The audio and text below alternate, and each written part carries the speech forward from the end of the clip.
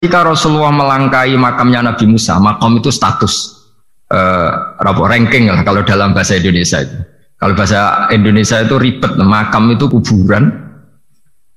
Makanya orang Indonesia sering tanya saya, Gus, makamnya Nabi Ibrahim kok batu? Makam yang dekat Ka'bah itu bukan makam dengan makna kuburan, itu tempat yang dipakai Nabi Ibrahim membangun apa? Ka'bah. Cara Jawa pancatan itu.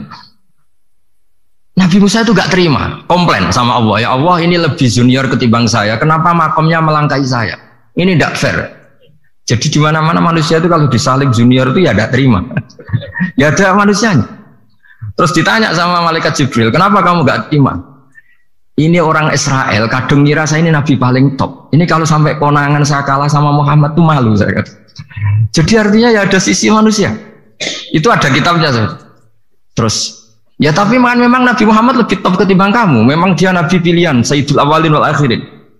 Oke, kalau saya kalah dengan dia gak apa-apa. Tapi umatnya jangan ya. Maksudnya umatnya bangsa Israel harus lebih top ketimbang kita. Makanya orang Israel sampai sekarang begitu itu ya memang ada sanatnya. Gak mau kalah. Karena usulnya Nabi Musa memang gak boleh kalah. Terus kata Allah, ya tidak bisa. Memang yang paling top tetap umatnya Muhammad, bukan umat kamu. Tetap kamu kalah. Sehingga setelah kalah dan menang itu kita terus tidak tahu. Misalnya begini ya, penemu komputer atau penemu mobil sama yang beli mobil itu hebat mana? Kalau bicara keilmuan ya hebat penemunya. Tapi kalau bicara kapitalistik, udah bikinkan mobil yang mewah gini-gini, nanti tanggal ini jadi ya. Hebat mana yang nyuruh sama yang disuruh? Kalau logikanya pakai gitu. Hebat mana yang nyuruh sama yang disuruh? Artinya kamu milih jadi mana? Penemu mobil hebat kan? Tapi terus sama orang kaya diminta bikinkan ini speknya seperti ini, selesai di sini. Hebat mana? Nyuruh sama disuruh? Menyuruh. Tapi yang nyuruh tidak bisa bikin mobil, yang disuruh bisa. Pinter mana? Pinter yang disuruh. Tapi pertanyaannya, wong bisa nyuruh ngapain bikin sendiri? Pinter mana?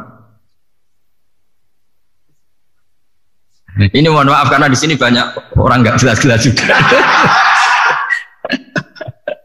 Artinya terus subjektivitas manusia ini tetap ada gitu. Kalau bisa beli ngapain bikin gitu. Tapi kalau bisa bikin ngapain beli. Nah mungkin perdebatan di kementerian atau di yayasan atau di kampung-kampung atau di apa mesti begitu. Dan itu di Mi'raj juga digambarkan bahwa antar nabi ini ya ada kompetisi, wa fi dzalika falyatanafasil mutanafisun. Tapi bedanya nabi dengan kita itu satu. Nabi itu kalau keliru dengan tanda petik, nabi itu kalau keliru itu jadi berkah. Itu bedanya kita. Kalau kita keliru kan keliru betul. Kalau nabi itu tidak, kelirunya itu jadi berkah. Ini saya punya dua contoh kalau boleh dibahasakan ya, kekeliruan nabi atau dengan tanda kutip kekeliruan nabi. Tapi saya ulang lagi dengan tanda kutip. Nabi Musa itu ketika Nabi Muhammad ditanya, kenapa kamu dipanggil jauh-jauh? Disuruh sholat 50 rakaat. Nabi Ibrahim gak komplain, karena beliau Nabi yang baik. Semua Nabi gak komplain, kecuali Nabi Musa. Kata Nabi Musa, jangan Muhammad, kebanyakan itu. Bilang ke Allah supaya didiskon. Ya. Nabi kembali sama Allah, ya sudah tak kurangi 5. Turun lagi, masih berapa? 45. Masih kurang. Itu sampai 9 kali, akhirnya terkurangi berapa?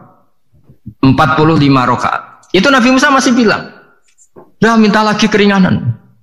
Itu kalau diruti nggak jadi sholat kan? Kalau satu lagi kan masih terus hilang itu kewajiban sholat. Nah, Nabi Musa sebetulnya itu bukan karena kasihan kita, bukan dia nggak empati dengan kita. Beliau nggak empati sama kita, tapi gara-gara Muhammad, umatku yang lebih kuat, lebih ganteng aja nggak mampu melakukan sholat 50 rakaat, apalagi umatmu.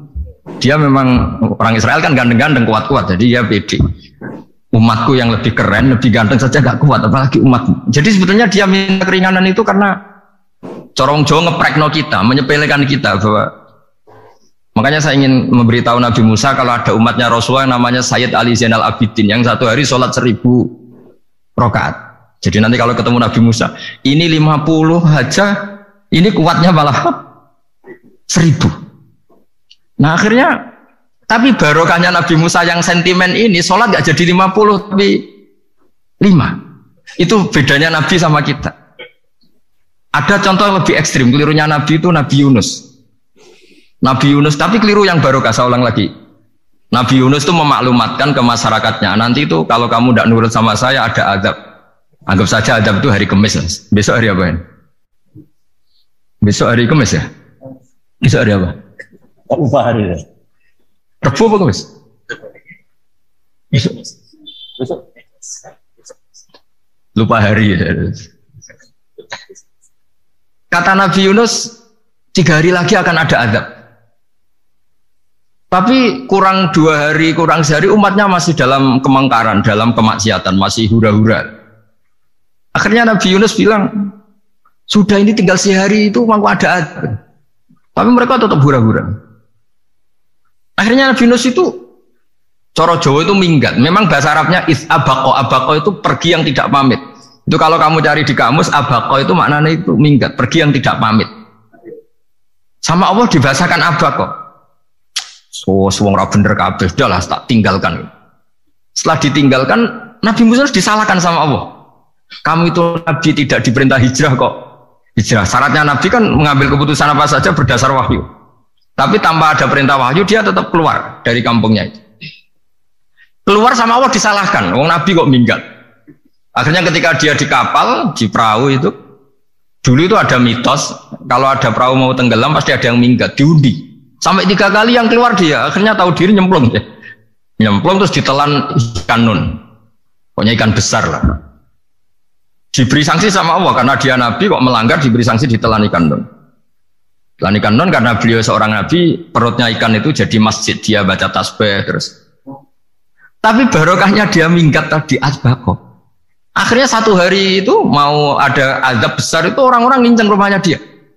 Diinceng. Kalau betul ada azab, pasti orang ini lari. Masa ada azab dia di sini? Diinceng ternyata gak ada. Wah berarti bener ini ada azab. Buktinya dia gak ada. Katanya. jadi unik. Akhirnya dicinceng gak ada terus dia. Wah berarti ada azab betul.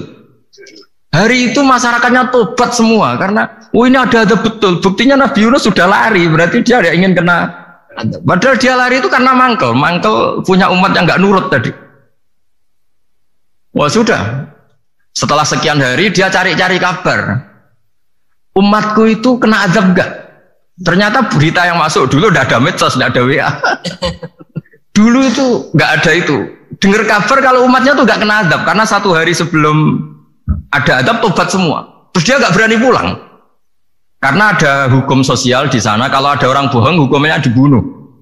Berarti terus beliau berpikir, saya tidak bohong katanya ada azab kok. Masyarakat saya baik-baik saja. Waktunya setiap ketemu kaumnya dia lari karena takut dibunuh. Ternyata kaumnya sudah iman semua, mau ngejar dia dijadikan imam. Akhirnya, oh iya.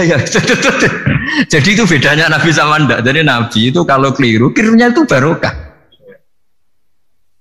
Makanya kita tidak usah ikut keliru. Karena keliru kita ini pasti tidak barokah. Itu musibah itu. Jadi dulu ceritanya Anteng juga gitu. Yang namanya istri 2 itu kan cemburu. Pertama Nabi Ibrahim punya istri namanya Sarah. Terus lama-lama karena belum punya anak, terus sama Sarah sendiri yang nyuruh supaya nikahi Hajar. Setelah punya anak cemburu. Kata Sarah, pokoknya saya nggak terima kalau kamu nggak ngelukai Hajar. Mulai dulu lelaki itu sudah pinter ngotak-ngatik. Kalau dilukai pipinya nanti tidak cantik. Apa ya? Yang penting ngelukai tapi tetap cantik.